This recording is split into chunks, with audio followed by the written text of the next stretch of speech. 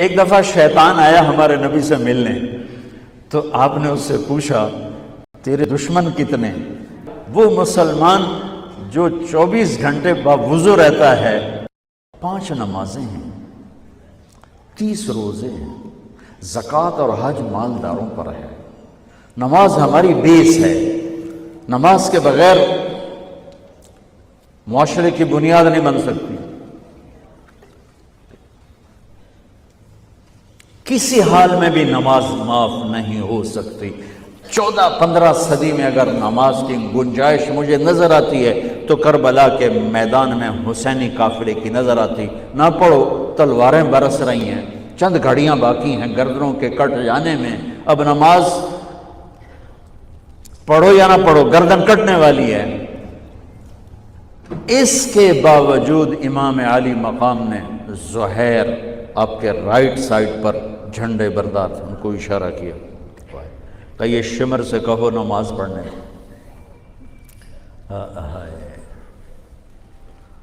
تو انہوں نے آگے بڑھ کے کہا نماز پڑھنے دو، تھوڑی دیر کے لیے رک جاؤ۔ وہ کہنے لگا ہماری تلوار نہیں رکے گی۔ انہوں نے آ کر کہا یہ جواب ہے۔ امام عالی مقام نے فرمایا پھر نماز بھی نہیں چھوٹے گی۔ جی میٹنگ تھی، نماز یاد نہیں رہی، میٹنگ بڑی لمبی ہو گئی، نماز چھوٹ گئی، سارے دروازے بند کر دیے۔ حالانکہ اللہ کی قسم اگر یہ قافلہ نماز نہ بھی پڑھتا تو ان کے لیے جنت کے دروازے کھل چکے تھے، چونکہ جنگ سے پہلے آنکھ لگی، آنکھ کھلی تو مسکرائے۔ تو بہن نے پوچھا یہ کوئی ہنسنے کا وقت ہے؟ موت سر پہ کھڑی، کہنے لگے یہی تو ہنسنے کا وقت ہے۔ خواب میں اللہ کے نبی آئے ہیں، کہہ رہے ہیں بیٹا میں لینے کے لیے آ چکا ہوں۔ پھر نماز نہیں چھوڑی تو پی آئی اے والا کہہ سکتا ہے کہ جو میں جہاز اڑا رہا تھا نماز چھوڑ گئی۔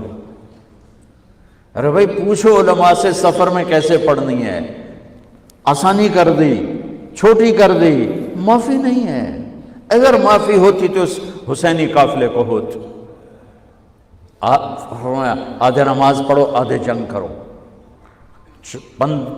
اب تو 1440 ہجری ہو چکی ہے، 1440 سال میں سب سے خوبصورت نماز جو پڑھی گئی کربلا کے میدان میں پڑھی گئی۔ سب سے خوبصورت سجدہ جو کیا گیا کربلا کے میدان میں کیا گیا۔ اور زمین نے بھی کیا فخر کیا ہوگا کربلا کی زمین نے کہ آج کون ہیں جن کے ماتھے میرے اوپر ٹک کر یوں لگ رہے ہیں جیسے ٹیکا میرے ماتھے پہ آ گیا۔ جب سبحان رب الاعلیٰ کی صدا گونجی ہوگی تو زمین کی 7ویں تہ بھی ٹھنڈی ہو گئی ہوگی۔ تو میرے نبی کا نواسا ہمارے لیے دروازے بند کر کے جا رہا ہے۔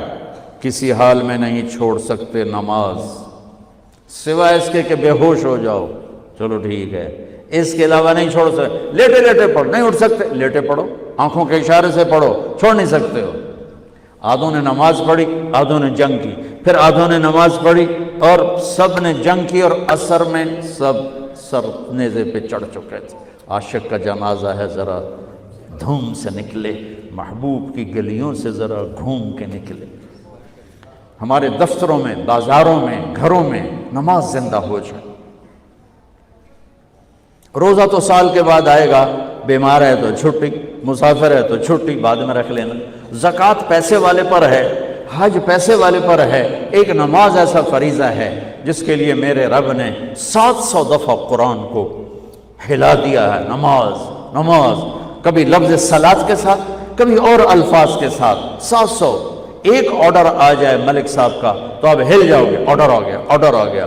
میرا رب 700 دفعہ کہے اور تمہاری مسجد خالی ہو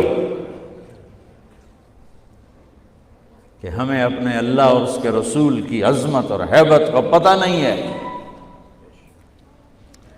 نماز کے بعد زندگی اگر ساری نماز بنانا چاہتے ہیں، نمازیں کتنی ہیں بھائی بولو؟ 6 ہو سکتی ہیں، 7 ہو سکتی ہیں، نہیں ہو سکتی۔ اگر ساری زندگی نماز بنانا چاہتے ہو کہ میری پوری زندگی نماز بن جائے، چاہے میں آفس میں ہوں چاہے میں جوڑیا بازار میں ہوں، چاہے میں جہاز اڑا رہا ہوں، چاہے کھوتا ریڑی۔ ایک حدیث سناتا ہوں، صرف ایک حدیث، اس ایک حدیث پہ عمل ہو جائے تو ساری زندگی عبادت بن جائے گی، ساری زندگی بندگی بن جائے گی۔